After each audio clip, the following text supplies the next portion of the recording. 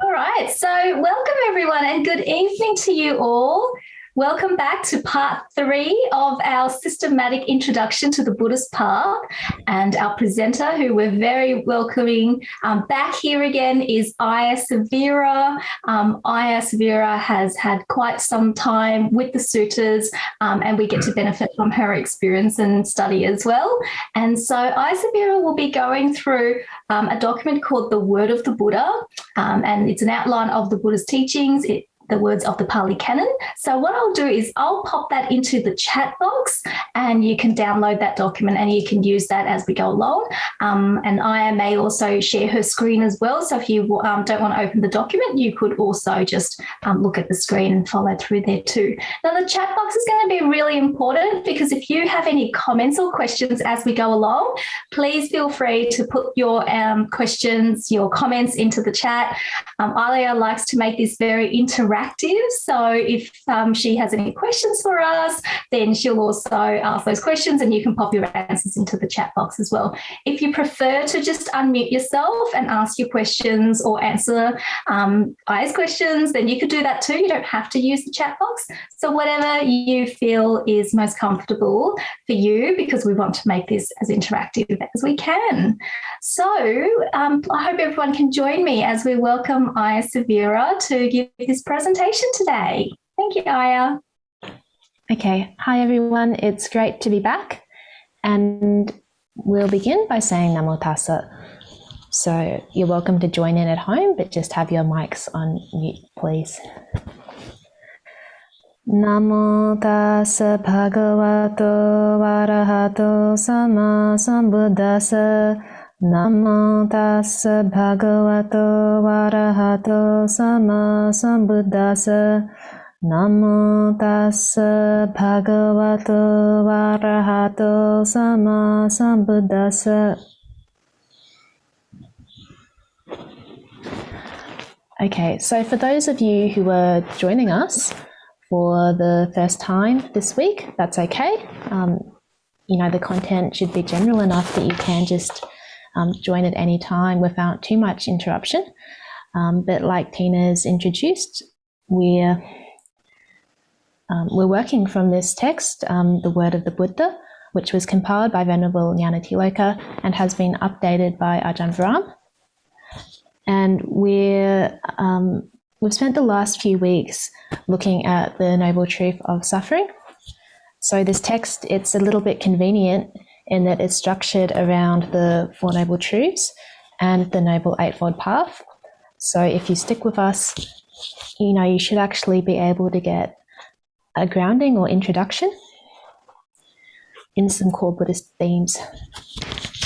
And this text is also good because we have been dealing with that core content, we have had a chance to look at some major doctrinal texts like the Dhammacakkappavattana Sutta, which is in the Samyutta Nikaya, the Dhammacakkappavattana Sutta being the Buddha's first discourse in setting in motion the wheel of the Dhamma. And we've also had a chance to look at some excerpts from the Anattalakkhana Sutta, the Anattalakkhana Sutta being the Buddha's second discourse, which was responsible for giving rise to the first awakened beings in the world after the Buddha. So that was the discourse, the second discourse, where the group of 5 became awakened as arahants.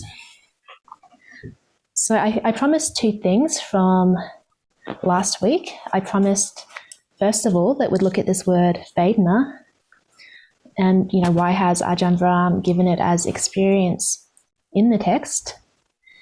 And I had a look back through some of Ajahn old material, and I guessed it was because of this, the way the verb is used. And I think that's correct. I think that's why Ajahn gone for experience rather than feeling. Bhante Sujato has gone for feeling in his translations, and I prefer to keep using this word feeling just because I think it's a little bit more, the scope is narrower. And we have another word for perception, which is sanya. So actually, as we go through, I'll be using this word feeling to gloss for Vedana.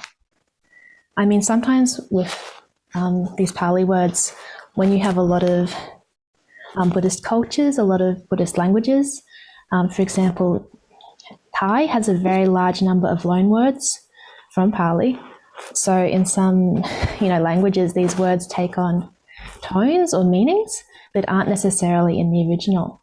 So say if you were a Thai speaker, Vedana might have a meaning that's more like pain, but actually the original meaning, I think it's quite reasonable to say that it's in the general vicinity of feeling, although we can appreciate why Ajahn Brahm has gone the direction he has with it.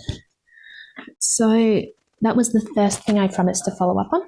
The second thing I promised to follow up on was the story of the nati cakes. So I think by the time we got to the nati cakes last week, it was already 8:30. I didn't do the story justice. So today, I'm going to tell the story from the Dhammapada commentary of the nati cakes. So, I mean, sometimes you can actually do Dhammapada courses where you look at the Dhammapada commentary. So, it's not inconceivable that some of you may have heard this story before. But, it's just a commentarial story.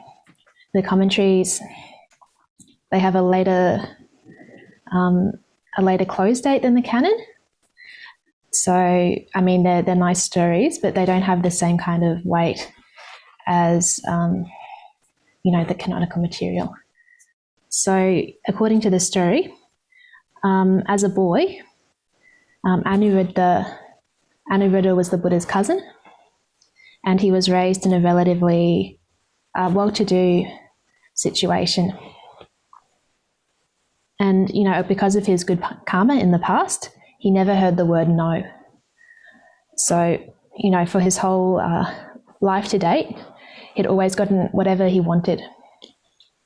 So one day, Anuruddha was out playing with his friends, and they were gambling. They were playing marbles, and they were making bets on the marbles. And, as a child, Anuruddha kept betting, and, he betted away and he gambled away his lunch, and he lost his lunch. And, he said to the servant, because he's well-to-do, he said, "Can you go home and get me some more cakes, because I want to keep gambling with the marbles." And that happened once and twice, and the servant brought back more cakes, and Anuruddha kept on betting and losing. So the third time it happened, the servant, went back to get more cakes, but there wasn't any cakes. There were no cakes. And in Pali language, as I was attempting to explain last week, the word for no more is nati. So when the servant came back to give Anuruddha the basket, it was an empty basket. And so he apologized to Anuruddha as a child, saying, I've brought you these nati cakes, but this is according to the story. What happened was because Anuruddha, because of his good karma, could never hear the word no. In the meantime, a deity had magically put some cakes into the basket. And so when the servant said to Anuruddha, "I'm sorry, these are nati cakes," actually, when he opened the basket, there was the smell of delicious cakes because something had been magically inserted inside the basket. And you might think this is a bit of a strange story. It's just one of these nice commentarial stories.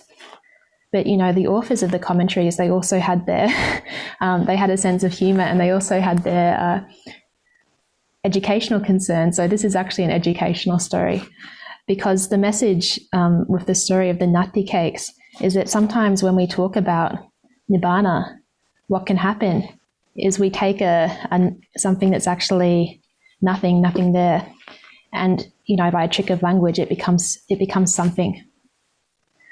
So that's just a nice little story that I wanted to bring out to illustrate the main point of the last 2 weeks, which was that when we hear words like unconditioned, unborn, we shouldn't take that and make it into something that exists. It's a negation of something else. So that was the nati cake story. So I hope I've done a better job this week because I was a little bit vague on details last week. So what I'm hoping to do today is to finish off we'll be finishing off the first noble truth and hopefully also the second noble truth. So what I've had to do to be able to keep us on time to do that, we'll only be doing selected readings for this week. So there's 4 selected readings only. I mean, had anyone heard the Nati cake story before? Is anyone like super familiar with the Dhammapada commentary, or is this? No. Is this a new story? Okay, good, because it's fresh. It's. I wasn't expecting anyone to have really heard that story, unless maybe you've been also following Ajahn Brahm for some time, because it's like I see Wei Trung Ang's got it. It's one of Ajahn Brahm's favorite stories. It's in Mindfulness, Bliss and Beyond. But I like it because it's. I could just say it, but it's easy with the story. Okay, so let's go back to the text.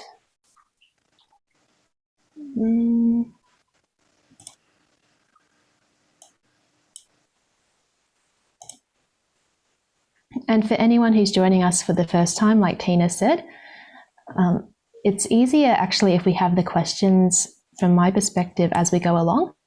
When it comes up, we can answer it on the spot then, because it keeps it a little bit more dynamic and interactive. I mean, not everyone wants to do that all of the time. I can understand that sometimes it might be disruptive, but that's just how I personally like to work. Okay, so we would have finished at Vedana, and I'm guessing where we're coming in is perception.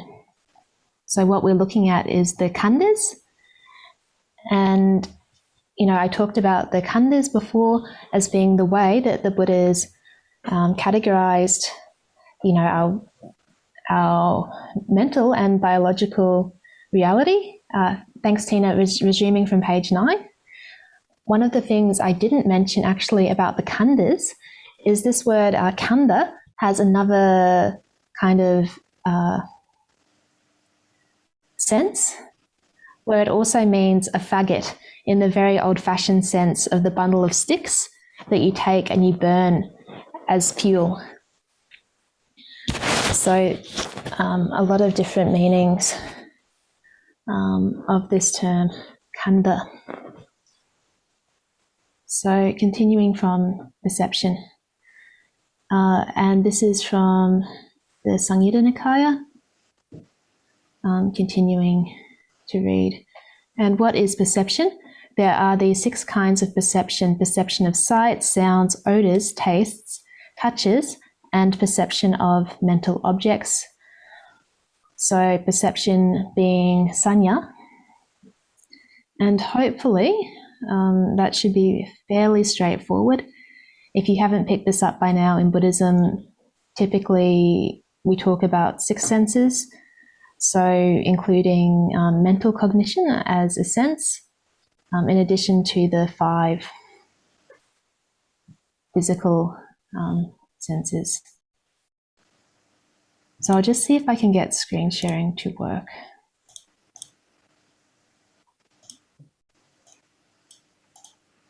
Yeah. So participants can now see your screen. So hopefully you can see what I can see. So are we all good with that? We can keep moving on. Okay, great. Thank you. So moving on to continue through the khandhas. So looking at sankhara, and Ajahn given it here as will and other mental formations. So this term sankhara, it means that which constructs and also that which is constructed. So sometimes the word chaitana, meaning will or volition, is used synonymously with sankhara, but the brackets are there for a reason. Sankhara has a slightly broader sense than just will, because it can mean anything, that's mentally fabricated. And this is the definition of volition, volition being a fancy word for will. And what are volitions? There are these 6 kinds of volition: will regarding sights, will regarding sounds, will regarding odors, will regarding tastes, will regarding touches, and will regarding mental objects. And again, as we mentioned the other day, when we have these kind of abstract mental concepts, things like will, it's very, it's really reified, it's very conceptually abstract. What the mistake we tend to make, the perceptual mistake, is we tend to lump everything together and, think about it as being one thing, when actually what we're dealing with is many different types of things. So that's the point that's being made here. And in passing, we touched on the question the other week of, is there such a thing as free will in Buddhism? And, this whole terminology of free will is something which very much comes from the West. I was reading today actually that the first instance of this term is actually in Augustine. So Augustine being the great Christian theologian, writing sometime in the first millennium CE. And, the reason why this whole concept of free will was important to Augustine was that he wanted to show how there could be sin in the world without blaming it on God. So the whole question of do we have free will is very much a European question. It's not really one that speaks to me personally, but I know for a lot of people who are coming in who have more of like a Western background, it is an important question to them, because that's the type of question that Western philosophy wants, it's interested in, even though it's not necessarily the type of question that I'm interested in. So what we talked about the other day is how will can be dependently originated, just like everything else. So that's will, sankhara. And the 5th khandha, consciousnesses. And again, this is very typical Ajahn Brahm with the plural consciousnesses. Again, just to show that consciousness, because it's so abstract, again, the tendency is to lump everything together into like one kind of like oceanic, non-distinct like mass where you can't see what's really going on. But the Buddha, he did the thing that it says in the Milinda Panha that it's difficult to do, which is to actually separate those different types of consciousness out according to the sense space on which they arise. So 6 kinds of consciousnesses: sight consciousness, hearing consciousness, smell consciousness, taste consciousness, body consciousness, and mind consciousness. And I think this is quite brilliant actually, because it's also helping to destroy that, again, that kind of perceptual error that we have, that somehow I am consciousness. Because when we realize that consciousness can actually be drawn out into different classes of consciousness, it starts making less and less sense to actually identify with one of them, because you get these kind of nearly like upadhyastic concepts, like I am Brahma, or, I am the Atman, and I'm the soul. So you have to start asking if there's a soul, which one of them is it? Is it the consciousness you have that's dependent on something you touch? Is it the consciousness you have depending on something you've heard? Which one of them, which consciousness is actually the soul here? So one of the Buddha's great teaching innovations to actually break it up, because when you start dealing with these concepts as they exist in reality, the whole concept of actually identifying with one of them starts to become more and more untenable. So, yeah, a little bit heavy for me. Can you give us a couple of examples, say, of side consciousness and there's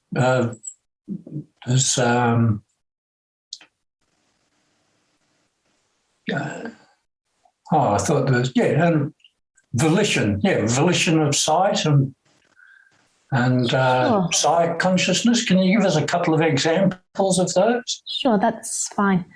I can't actually see your name, sorry, because It's Bill. Bill, thank you so much, Bill, for asking that. And I think, part of the reason too, some of these words like volition, that's like Latin, yeah? We don't normally talk like that. So thank you so much for asking. So an example of sight consciousness, you see an apple. And when you see that apple, there has to be both there's the physical something you see, there's the organ that you see it with, which is your eye, and there's the perception of that apple. So that's what's meant by sight consciousness. It's the awareness that arises dependent on that sensory organ that you have of your eye. Okay. So it's is that making sense? Yes. Yeah, so not actually that abstract. And in terms of like what's volition, volition is just something you want to do. So you want to go to the park. You make plans after lunch. Like the Buddha made plans with Ananda to go to a place called Pavala towards the end of his life. So any making plans, any intending to do something, all of that is volition, aka the will. And Tina's just made a suggestion, volition equals intention. I think that's perfectly okay. I think you can say volition is intention. That's fine.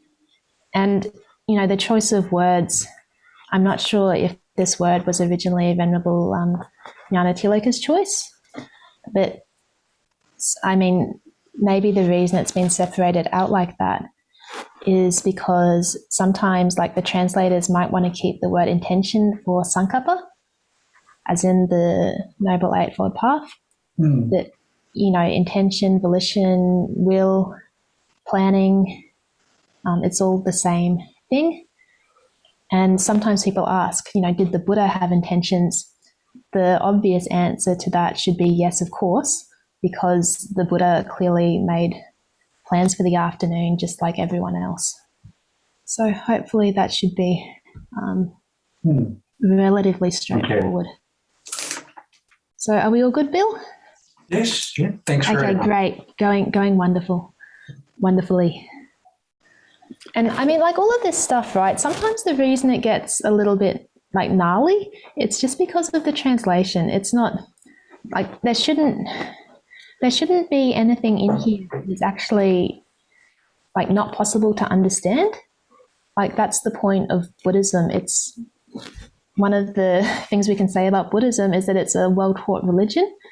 So the reason why all of these texts exist is so that you can understand them. The Buddha said he didn't have the teacher's fist. He wasn't hiding anything. He wasn't like, with keeping it in his hand so that you couldn't see it. The Buddha had the open hand. He was, everything the Buddha has understood and realized. It's all out there. It's all plain. There's not. So everything in here should actually be comprehensible. It's just a matter of,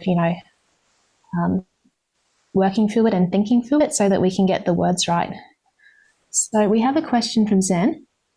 Is there a distinction between will that has wisdom without craving versus will that is born out of ignorance and associated with craving? I would say yes. And we see that in the dependent origination sequence. The first two links being ignorance conditions will, or ignorance conditions choices, ignorance conditions volition. And, if you're acting out of ignorance, that's what's driving the dependent origination. That's what's leading to rebirth. So the answer I would have for Zen's first question is yes, because the will that's not born out of ignorance, it's not karmically active. It doesn't lead to rebirth. And from Sophia, similar to Zen's question, what about awareness of the present? Does that dependently originate from will? How much control do we have over how aware we can be each moment?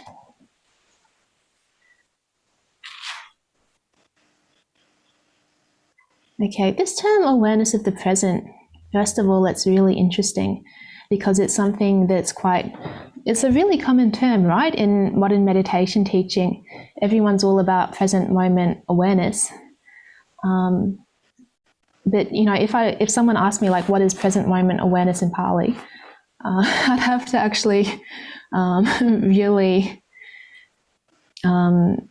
think for a bit, because it's not really a canonical term. Like, the word for present in Pali is paccuppanā, but one of the this is a point that Bhante Sujato makes quite regularly, that the present, it's more like riding a camel than a tightrope. So there's a kind of it's a little bit more blurred.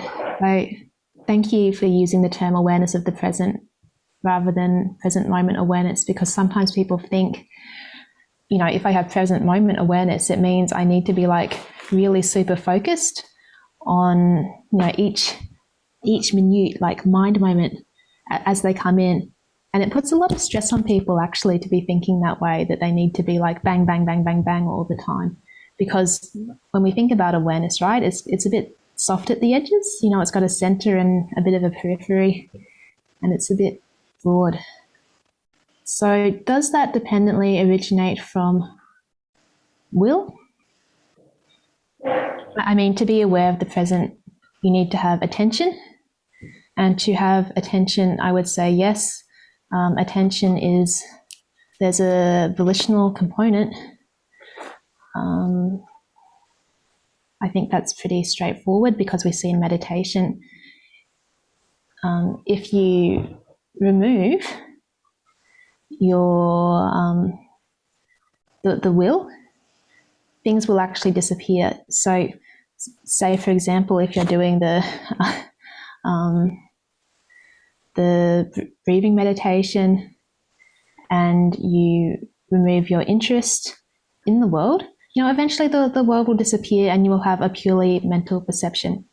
So these things happen, they're quite normal. So yes, awareness is dependently originated. How much control do we have over how aware we can be each moment? The thing with dependent origination is that it is not in your control. So sure, there's such a thing as interest, intention, motivation, but it's not the only thing. So yes, you can put in the causes, but how they ripen, when they ripen, all of those things are not actually within your control. So, I mean, if you want to be more aware of the present moment, the first thing, like we see, say, in the Satipatthana, the Satipatthana being the foundations of mindfulness, actually the way to be more aware is to have less defilements, because when the hindrances go down, when the defilements go down, the quality of awareness and knowing goes up. So in practical terms, what that would mean, yes, have the intention, I'm going to reduce my defilements. I'm going to work out what I need to do to make them go down. But, there's not much point being worried about when it's going to happen for me, that my mind's going to become clearer as a result of that, because it might be sooner, it might be later, but it will eventually happen, because it's a natural causal process. And I mean, there are actually suttas directly on this point. Suttas where the Buddha says, for someone I'm paraphrasing, for someone who has reduced the defilements, you don't need to have an intention, may I be successful in meditation. It's just going to happen naturally because it's a natural causal phenomena. So, I wouldn't, in terms of present moment awareness, I wouldn't try to go controlling anything, because typically the motivation for that is desire. And once you start to actually get involved in, I want my mind to be this way, or I want my mind to be that way, it's adding another level of hindrances, because you can't reduce craving by adding craving. It's just not going to work. So the only way to actually reduce the craving and increase the quality of mindfulness is just to forget about the whole craving business entirely, and just reduce the hindrances, and then let your mind do what it wants to do, and just trust that eventually it will happen, that it will actually calm down according to the natural causal process. So, do you have control? Basic answer is no. From Wei Chuang Ang. So does will regarding sight mean you intend to see? What about blind men? Do they have eye consciousness? So, blindness, there's a lot of degrees of blindness. My second cousins are blind, but, they still have, they're not 100% blind. They still have some type of sight. So, presumably if someone is 100% completely blind, they don't have eye consciousness. To answer the second question, and does will regarding sight mean you intend to see? Oh, yeah, I guess so. That would make sense. I think you're on the correct track with that one. So thank you, Wei Chuang Ang. I'm sorry, I don't know which is your last name. Is Ang your last name, or is Wei your last name? Okay, Ang is your last name. Great. Thanks, Wei Chuang. Okay, so are we okay to move on? Okay. So we can keep going. So I think we just talked about consciousness. And again, if you have previously been exposed to Ajahn Brahm, sometimes the way he explains this, consciousness is like a fruit bowl. There's apples in it, there's oranges in it, there's bananas in it. So it's not like all the one thing. It's very, very interesting.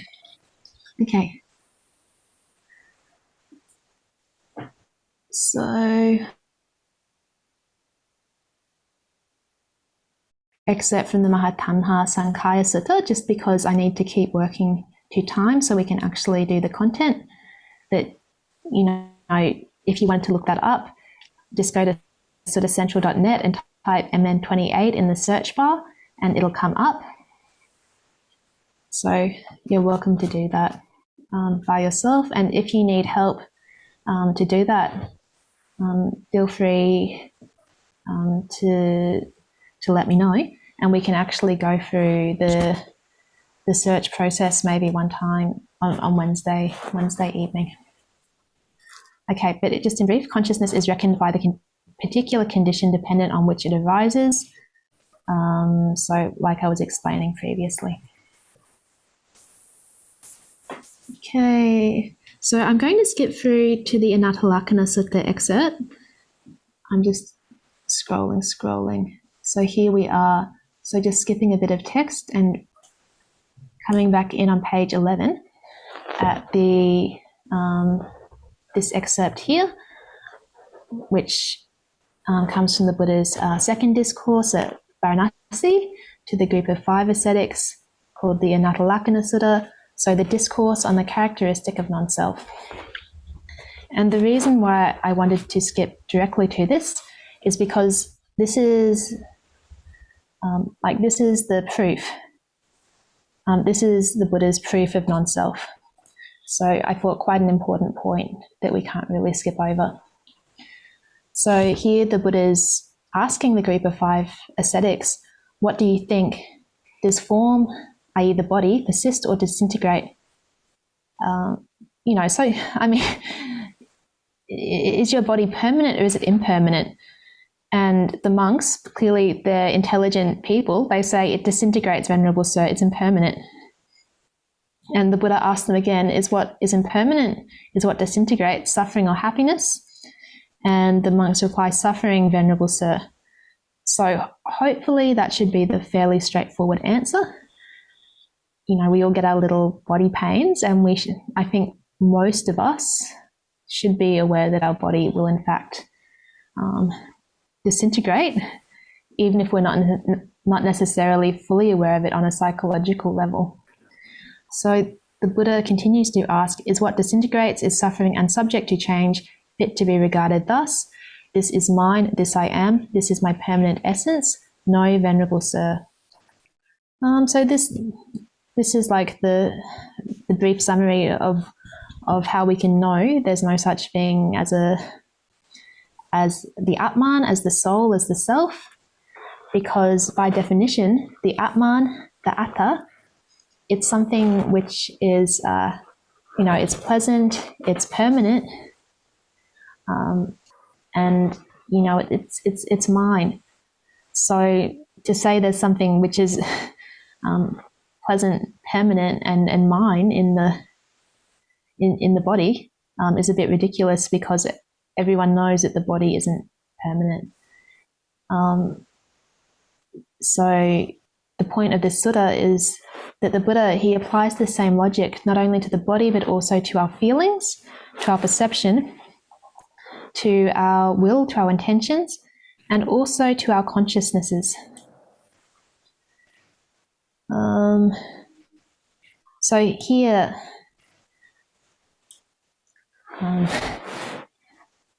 it's a very important point actually, because Venerable Sariputta, who was called the General of the Dhamma, who was the Buddha's disciple, who was very famous for continuing to preach Buddhism after the Buddha's initial realization.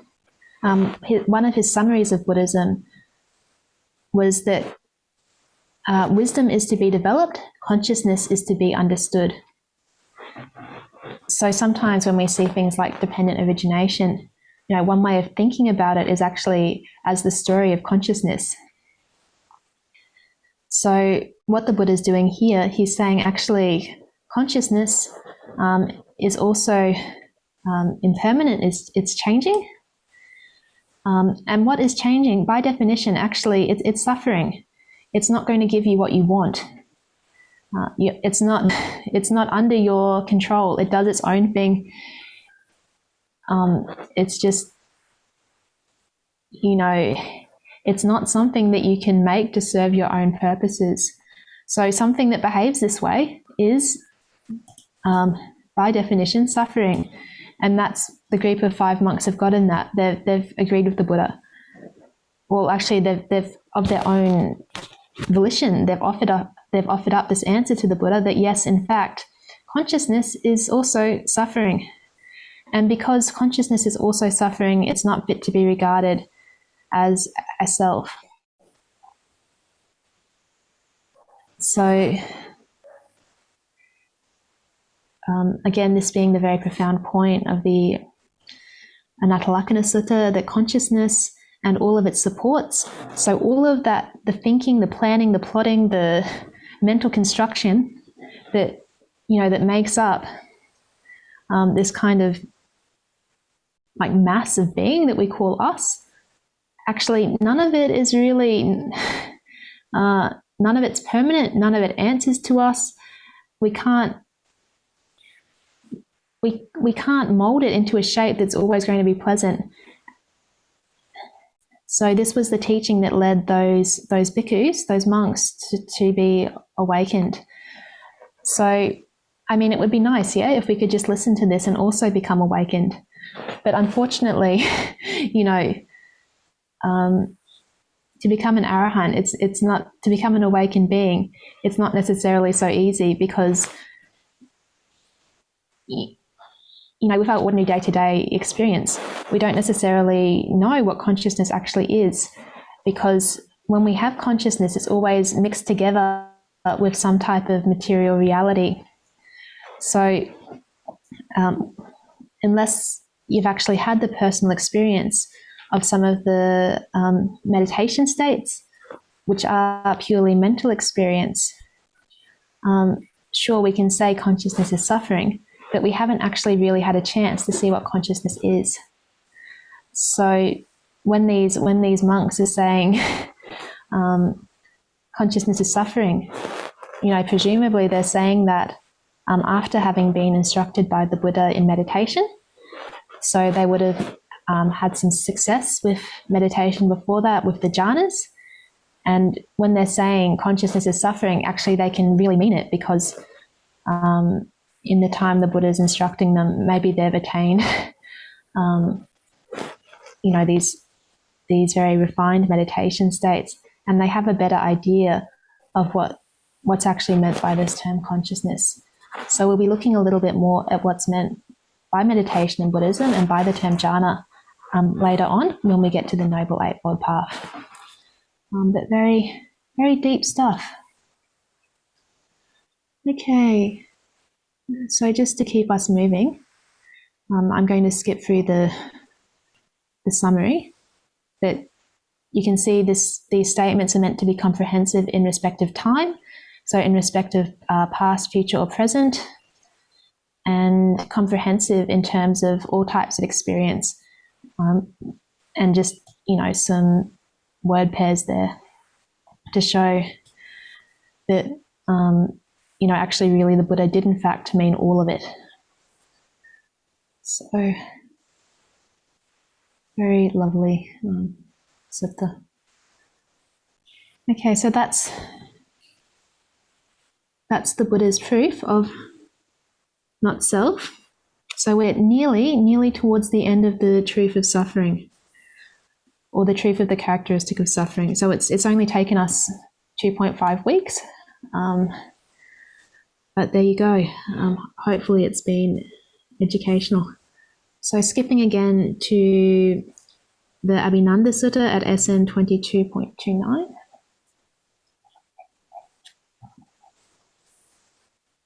Any questions at that point, or are we okay to keep going?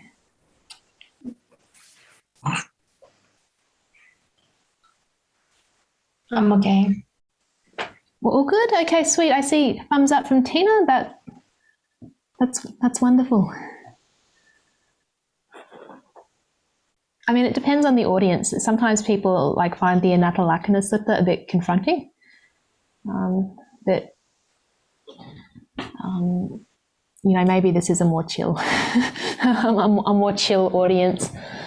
But I mean, questions are welcome anytime. So continuing to read from the Samyutta Nikaya in the Abhinanda Sutta. Nanda means joy. Abhi means superior. So this is the sutta, the teaching on superior joy. So again, just restating that the khandhas, these 5 categories of existence, are dukkha. They're characterized by suffering. So one who seeks satisfaction in form, i.e. the body, seeks only suffering. One who seeks suffering, I say, is not freed from suffering. One who seeks satisfaction in feelings seeks only suffering, as before. One who seeks satisfaction in perception seeks only suffering. One who seeks satisfaction in volition seeks only suffering. One who seeks satisfaction in consciousness seeks only suffering. One who seeks suffering, I say, is not freed from suffering. And yet we do it. We do this all the time. I'm sure many of us feel very satisfied and happy, with all kinds of thinking and planning. And that's when we go to meditation. It's really hard to let go of, because we're actually enjoying ourselves. But the Buddha's actually saying here, all of those things that we're looking for, all of the thinking, all of the awareness that depends on that thinking, actually, it's suffering. So a bit sobering. So that's everything I'm going to say on the noble truth of suffering. So yay, we can keep moving, and we can look at the origin of suffering.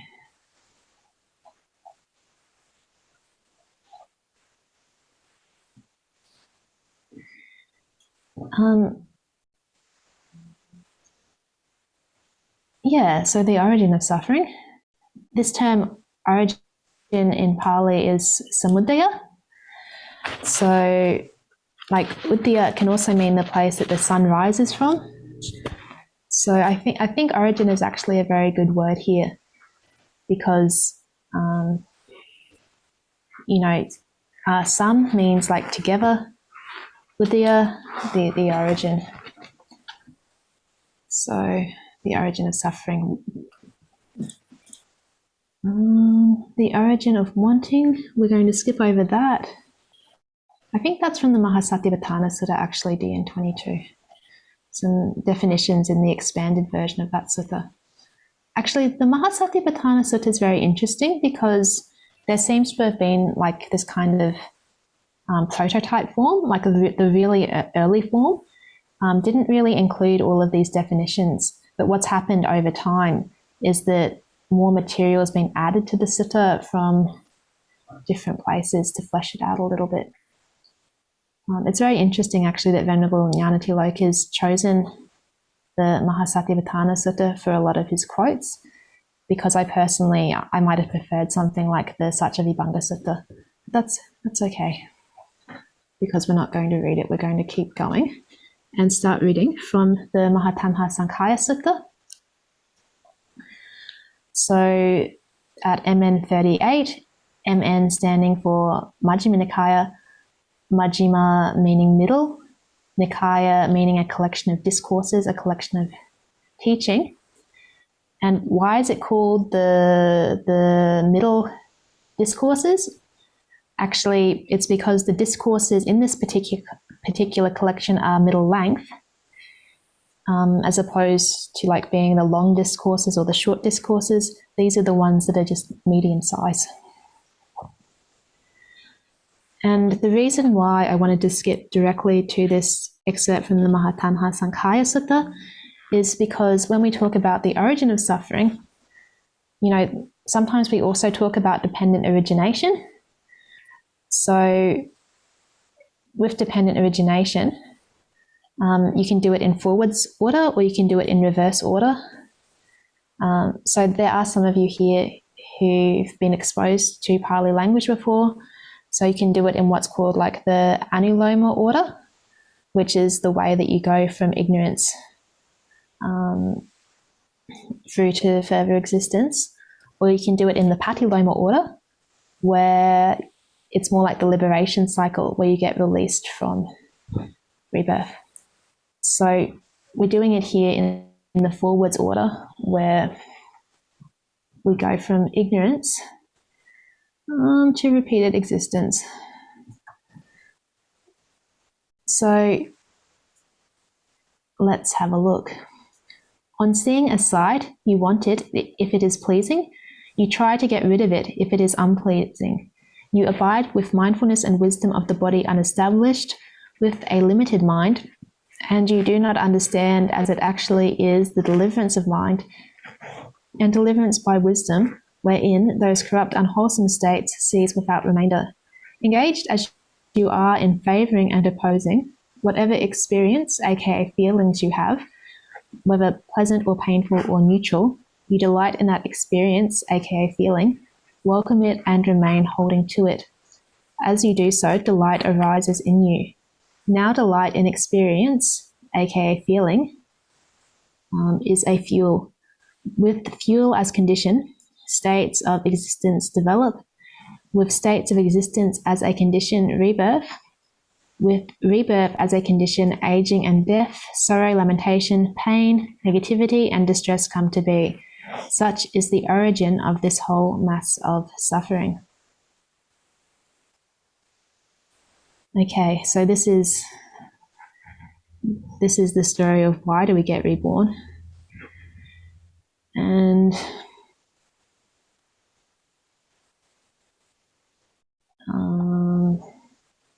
if we go back, what I've actually done by mistake, I've gone too far, because what we should have talked about before we talked about this was actually the definition of the noble truth or the origin of suffering itself. So we'll come back to that in 1 second. But because what we should have looked at is actually the excerpt from the Dhammacakkappavattana Sutta in the Samyutta Nikaya under this heading, the Threefold Wanting. Now, this is the noble truth of the origin of suffering. It is this wanting which leads to rebirth, accompanied by enjoyment and desire, seeking delight here and there. That is wanting related to the five senses, wanting to be, wanting annihilation. So just to go through them slowly.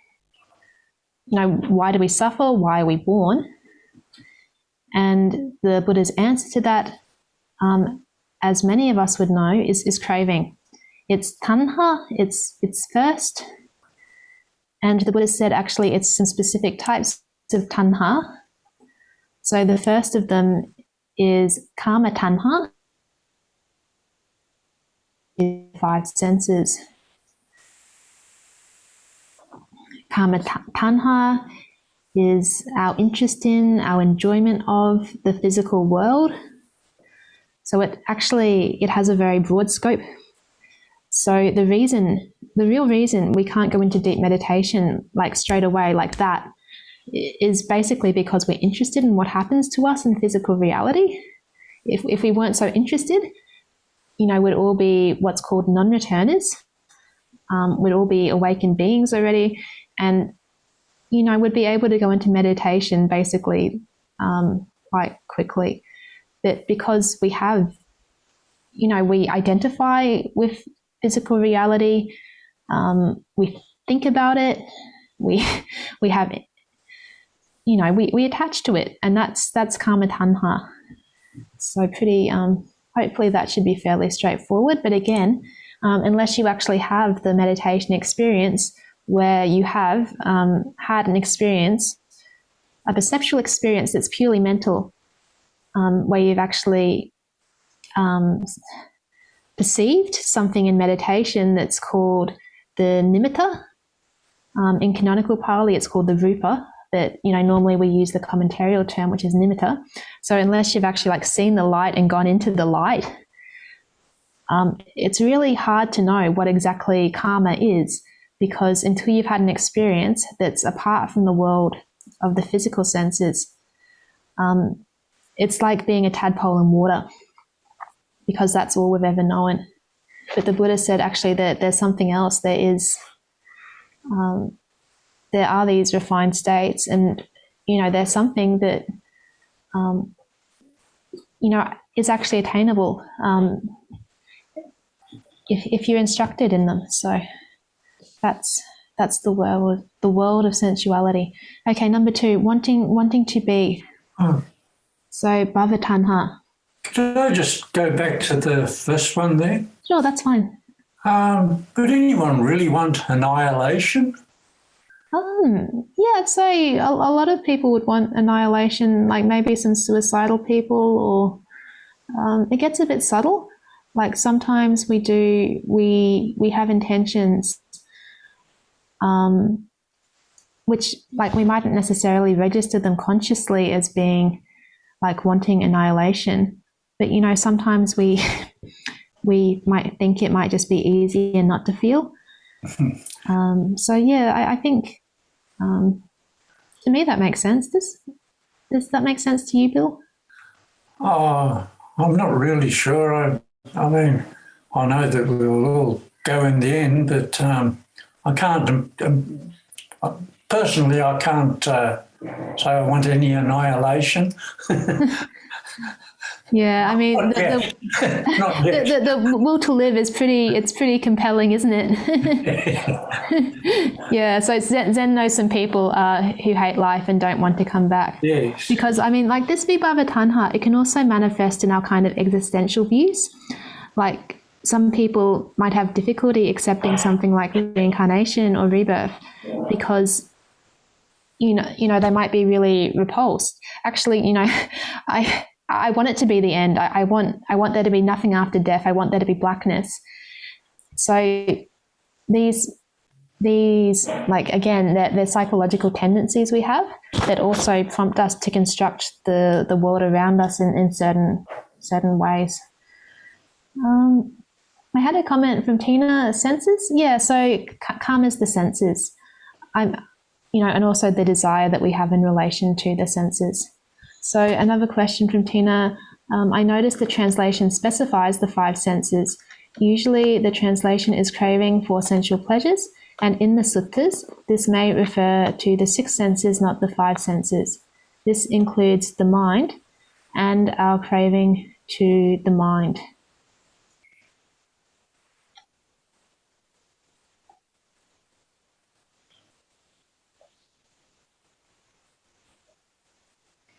So karma, I can't actually think of an occasion in the suttas where karma refers to the 6 senses, because this word karma, it's a fairly foundational doctrinal term. We have terms like karmaloka. So karmaloka being like the world of sensuality, which is what exists before brahmaloka, which is a world of purely mental experience. And again, in a lot of languages which have Pali loanwords, like say in Sinhala, for example, in day-to-day life, karma can mean like food. So I did think it was fairly settled that karma refers to the 5 senses. There's something called karma vitaka, which is like thoughts based on karma. So we carry like the world of sense experience. We do carry it into the mind via karma vitaka, where we're still thinking about what we've sensed. But I would say that I've never seen an instance of karma including the mind. So if you could give me a specific reference, that might be helpful, because I would have assumed that craving for a particular mental realm would be subsumed under wanting to be. Like, say, for example, if I want to be reborn in the Brahma Loka or in the Arupa Loka, so some of these higher levels of rebirth, that would be subsumed under bhavatanha. So thanks for your comment. That karma meaning 5 senses is actually quite settled. So I hope that answers your question, or at least responds to your comment. I mean, is that something you can relate to, Tina? Okay, thanks, all good. So we'll keep on moving. So karmatanha, bhavatanha, and vibhavatanha. So, and some further qualifying words. So accompanied by enjoyment and desire. So in Pali, nandi raga sahagata. So nandi being the joy, raga being the desire. Seeking delight now, here and there. So always, it's always looking for more stimulation. It's never happy. Always just, slightly uncomfortable and never really content. And I mean, this is like the truth of everyday life, that craving, it's just always moving. It wants one thing and then it wants the next thing. And you have this thing of, well, I've gotten the thing that I wanted before, but now I want something else actually. And it's always pushing forward into new types of getting stuff, new types of being, and new types of reality. So we see that very clearly in our current life. You think, actually, why do I have the type of existence that I have now? It's because, there was something that pushed me to be here. And we can know by inference that what we see in this life is also the case in previous lives and future lives. And for someone who has, who does have some insight based on meditation, it's possible to know it through direct experience as well. So 2 basic ways of knowing things in Buddhism. One is by inference, by logical reasoning. The other one is by direct supernatural perception. In Tibetan Buddhism and things, they go on into some detail about these ways of knowing. And I think if you did like a beginner's course in like Tibetan Buddhist logic, you would actually have to talk about those a little bit. But I think it's enough for us just to know that, these are the 2 main ways of getting knowledge that are considered valid in Buddhism. Okay, so that takes us to where we were before. So talking about dependent origination. So how do we actually get from seeing something in the physical world to getting old and dying, and to all of the suffering and horror that goes with that? The world's not a pleasant place to live. My dad actually, before COVID, when travel restrictions were still open, he was traveling back and forth to Africa. He works in Ethiopia with programs that are targeted at malnutrition, and it should be quite obvious, that we live in the type of world where some children starve to death. So the world's not a pretty place. So, like, how do we get from just seeing something, right, something innocent like seeing, to being reborn in a world where, where children die? And so that's actually dependent origination is what explains that. So from seeing something with our eye, that experience, it has an emotional overtone. And what happens is anything that we see that's pleasant, when craving comes into the picture, we try to possess it. Anything we see that's unpleasant, we try to get rid of. And so our whole lives can get actually really caught up in the push and pull of wanting and not wanting. And because of that, we can't get success in meditation. Our mind becomes constricted, and there is no jhana, there's no higher meditation. And because we don't have jhana, we don't have wisdom. And the Buddha said in the Dhammapada, there's no wisdom for one without jhana. There's no wisdom for a person who doesn't have, deep meditation. And, we become afflicted by by the hindrances of mind. Our minds aren't purified. So, and again, about pleasant, painful, and neutral feeling, what happens with each of these classes of feelings is that there's an underlying tendency in regard to them. So we have this underlying ingrained psychological tendency in regard to pleasant feeling, that the ingrained tendency is towards craving. In respect of painful feeling, the ingrained tendency is towards ill will. And in respect of neutral feeling, the kind of ingrained tendency, it's towards ignorance. We don't want to know about it, we zone out. So all of these feelings, actually what we perceive in the physical world, it becomes, it's just a trigger for us to go into these negative cycles of craving, of frustration, and of ignorance.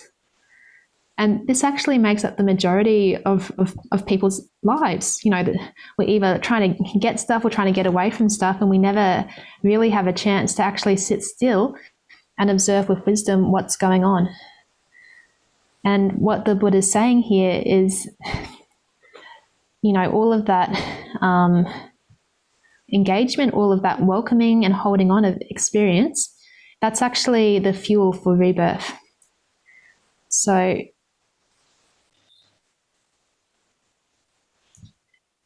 And the Buddha's explaining, once we're reborn, why do we suffer? We suffer because we're born. And that's the origin of the whole mass of suffering. So that's the story of everything. So that's dependent origination in forward order. I mean, there's different versions of that.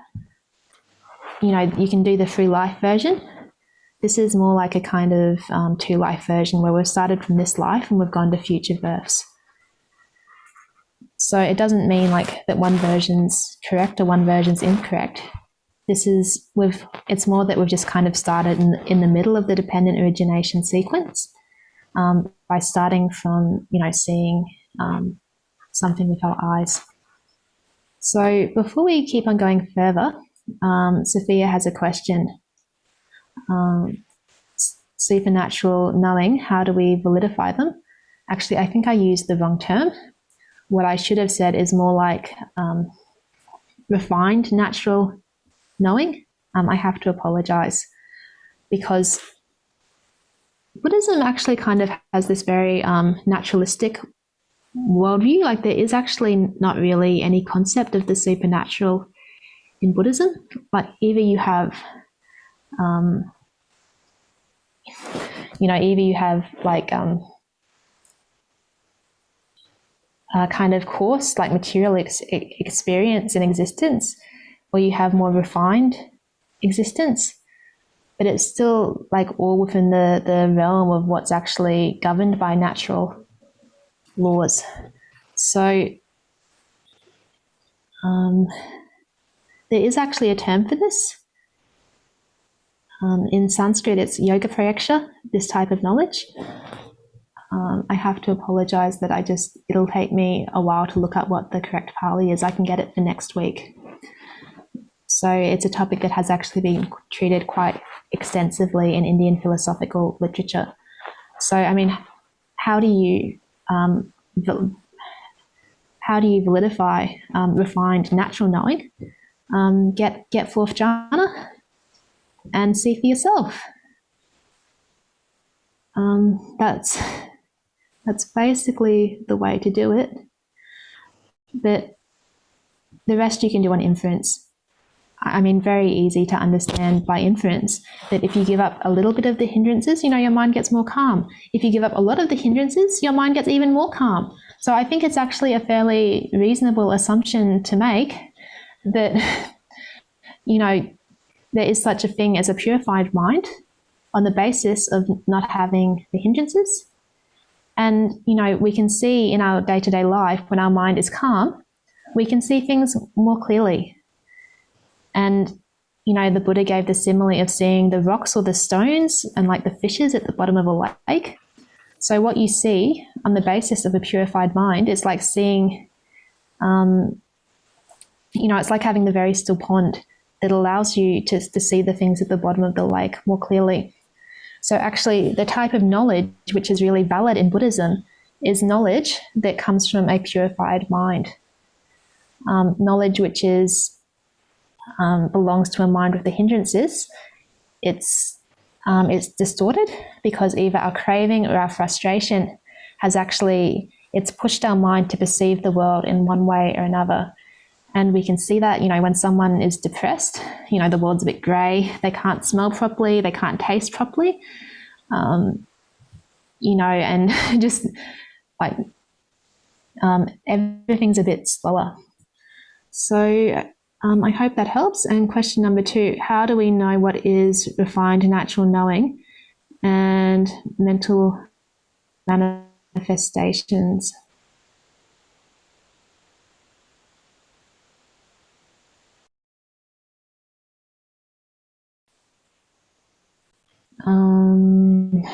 Like what I meant by refined natural knowing is not knowledge that arises on the basis of attaining a certain state in meditation, i.e. the fourth jhana, where the mind is purified due to having purified neutral feeling as its basis.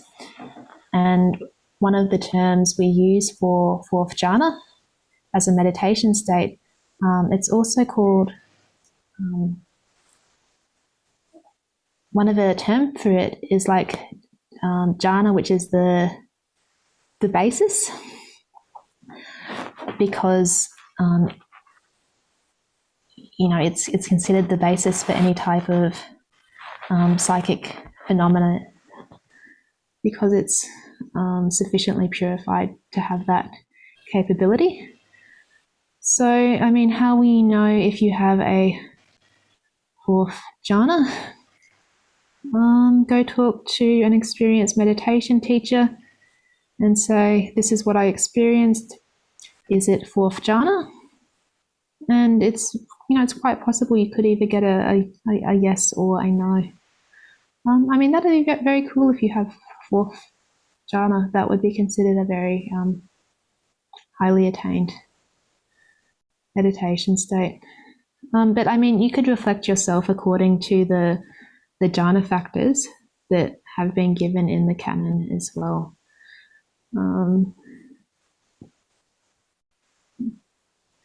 So I think it is possible to know with a degree of certainty what is and isn't fourth jhana.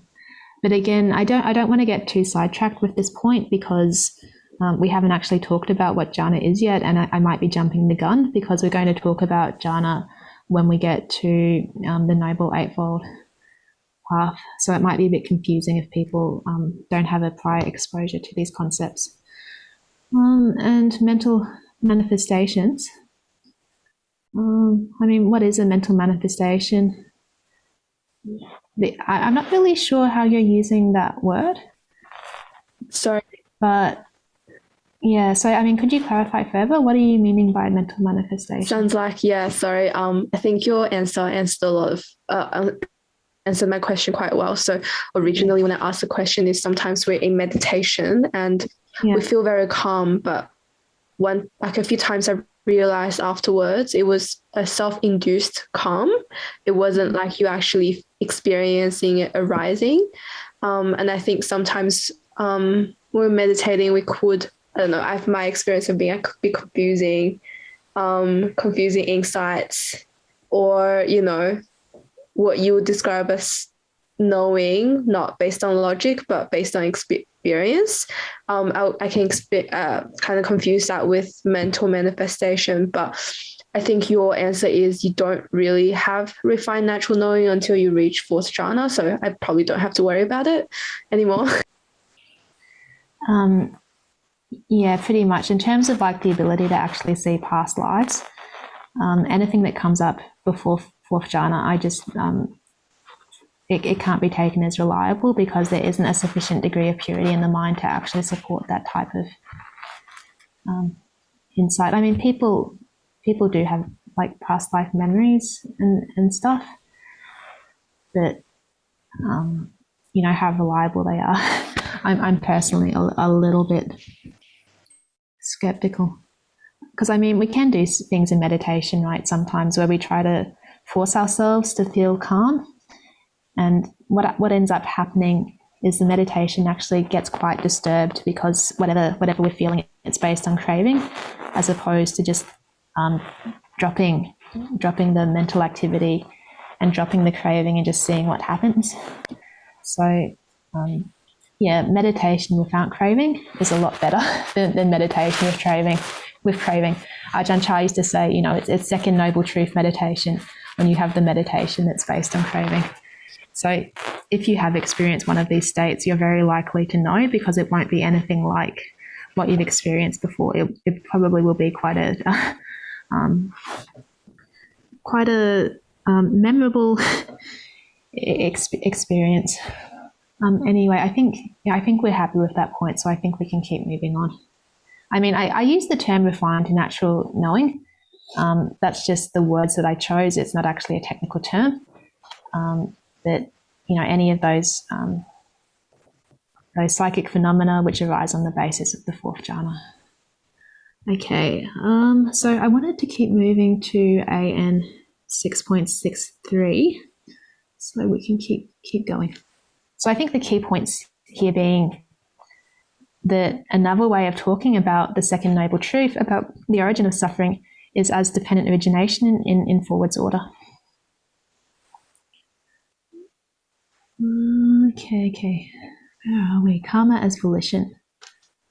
Okay. Volition is karma. In Pali, Chaitanahang bhikkhave kammang vadami. So very important 3 words. Good to know, good to memorize. Because, what is karma? The Buddhas actually said Chaitana is karma, volition is karma. I say, for having willed, you act by body, speech, or mind. And I mean, when we see it on the print on the page, it doesn't look radical. I mean, we can just nod, okay, like the Buddha said that karma is volition. But at the time, this was actually quite radical. This is new. This is something that wasn't really conceived of in Indian religion before this. And, even in Jainism, you have this karma concepts where karma is like a little particle. They call it like dravya, like dust that hangs around your aura. So, even Jainism didn't have this concept. So when we have the word karma, does anyone know what the word karma literally means in English? Action. Action, great. Thanks, Wei Chuang. So karma means action. So from the root kri, meaning to do, because Pali, there's been some sound shifts, we can't really see that kri component in there, but it is. So coming from the root kri, meaning to do. So, what's action? Action. And the Buddha is saying action is intention. And maybe that definition doesn't really make a lot of sense until we realize that, we're not just talking about any type of action, we're talking about morally significant action. So karma being morally significant action, what actually is morally significant? The morally significant component is the intention. And again, this was a key difference between Buddhism and Jainism.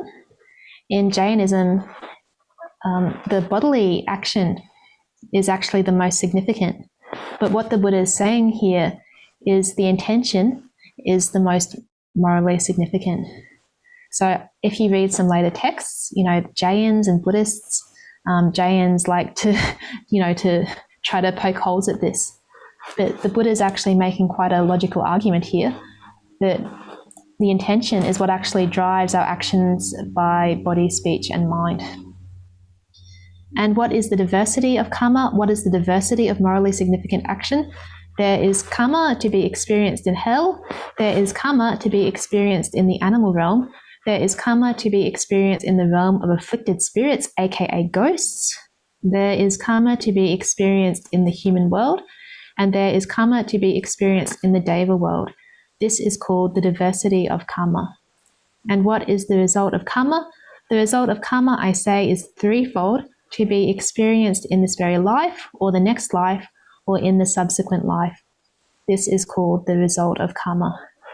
So 2 key terms here. We have karma, meaning action, in particular morally significant action. And another term, the result of karma. In Pali, we could say vipaka. So this root pak means, or pach rather, means to cook. So if something is vipaka, it means it's being cooked. It's had a chance to mature. So pach literally meaning to cook, but also having the extended sense of maturation. So that's like how we get this word vipaka. It's the action that's had the chance to mature as a result. We also have another pair of words. Sometimes we can use the pair of words which is hetu pala. Pala is a fruit. So we can say either the maturation of karma, the maturation of action, or the fruit of action. So maybe for some of you this isn't a new point, because it's kind of like it's really Buddhism 101 that karma means action. But because, like I said, some of these terms have had very long reception histories in different languages. Say, for example, in Thai language, karma can have this very negative tone.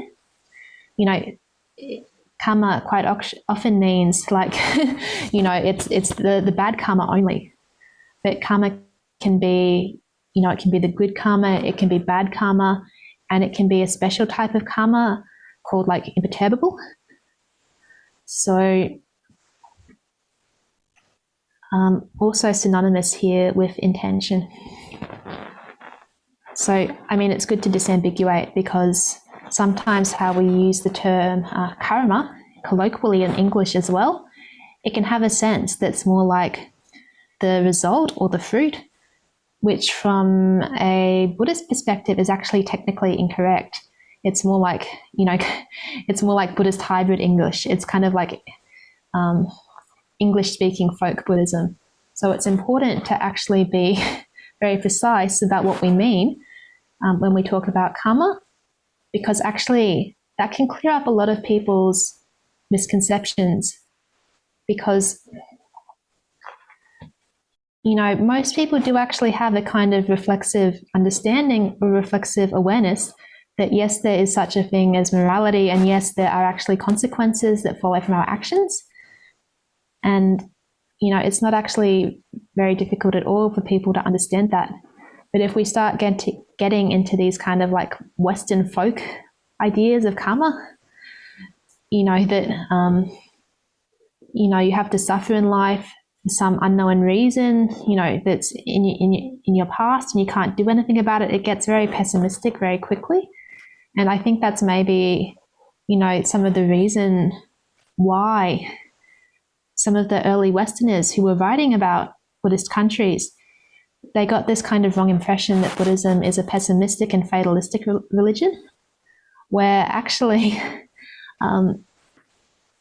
you know, the Buddha himself said Buddhism is what's called Theravāda. Buddhism is a doctrine of action. So yes, in Buddhism there is such a thing as action, and yes, action does have results. So I think it's very wrong to say that Buddhism is, you know, pessimistic or fatalistic. So even very recently, actually, we see this type of colonial attitude, you know, coming up in the news and things. So I think it's very good to actively challenge where, you know, where these kind of biases exist, because a lot of them, they're hangovers from the colonial missionary period, where basically as a result of missionization, you know, Europeans were looking to portray the cultures of, say, like Sri Lanka and Thailand. They call it like Orientalism, that Buddhists are lazy, you know, they don't like to work, they believe in fate. And actually, if you've had anything to do with Buddhism in real life, we can know that, you know, Buddhists are just people like other people.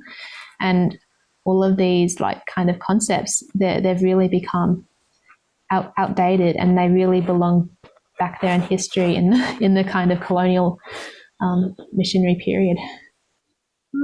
So that might be a good point to end for this evening. We have about 3 minutes. So before we wrap up, is there anything we should cover in the last 3 minutes? I mean, sometimes we see what's called the Bhava chakra. So sometimes, like, you might see the picture where you have, you know, there's the demon whose name is Time, and he has like the world in his jaws, and he's holding the wheel. So you can actually see the realms of existence. I can show you. The last thing I show you for this evening, I'll find you all a nice Bhava chakra. I'll find you a wheel of existence where we can see actually all of the different realms. Did you say the monster?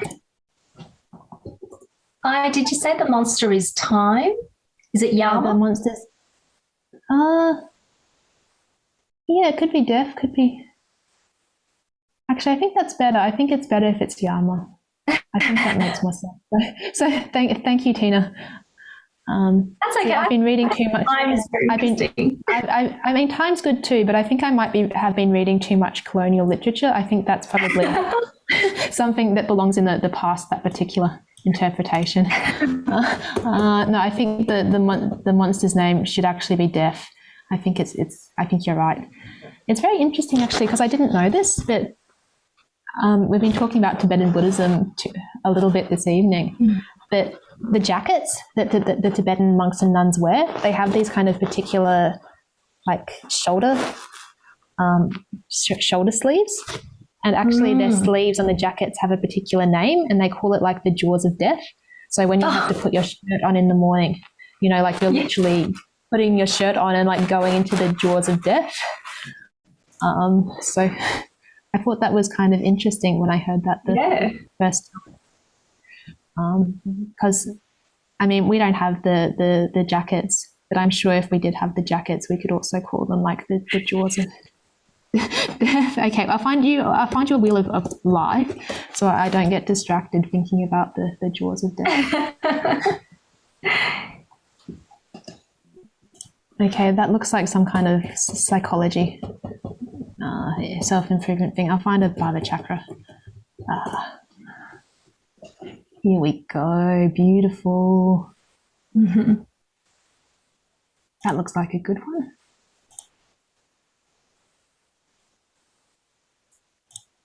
There's a black box in the middle of your screen. It may be the chat box. If you could just move it to the side, that would be great. I'll find one I can actually open. It's not locked away somewhere on Instagram. Okay. Well, it's a little bit unclear, but you can see the basic idea. That actually you can't see the basic idea because it's too unclear. Okay, best Bhutan.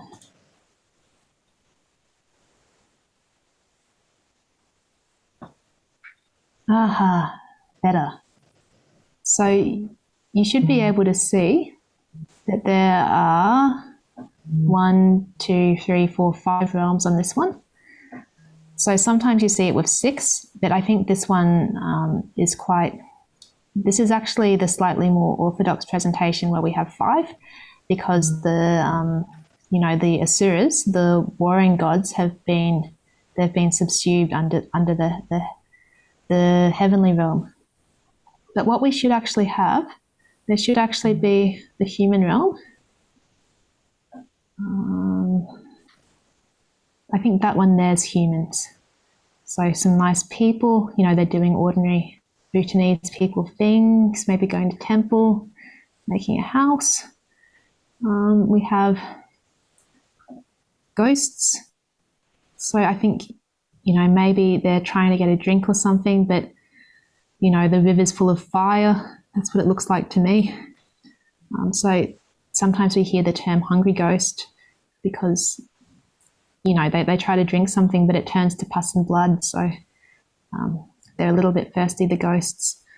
We have hell, some people getting tormented with rods and things. Actually, this one has hot hells and cold hells. So, you know, quite disturbing. The animal realm. And over here we have the asuras, you know, the equivalent of the Greek titans who are warring with the gods over this, the possession of this particular tree. It has its roots in the asura realm, but its fruit are in the deva realm. So they're always at war.